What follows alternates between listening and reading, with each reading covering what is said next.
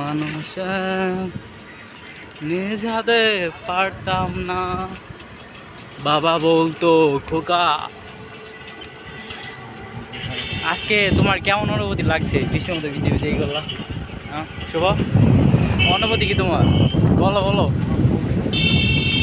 হ্যাঁ, এই আমাদের ভিজা ভিজা আওয়াজ বিলাস করে অবস্থা দেখছেন। এখন কিন্তু জল এখন মধ্যে ভিজা আছে।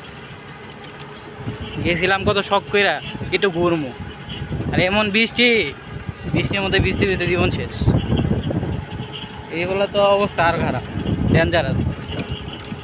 আমার তো আরো ডেঞ্জারাস, নিজের চেহারা দিকে তাকান যায় না।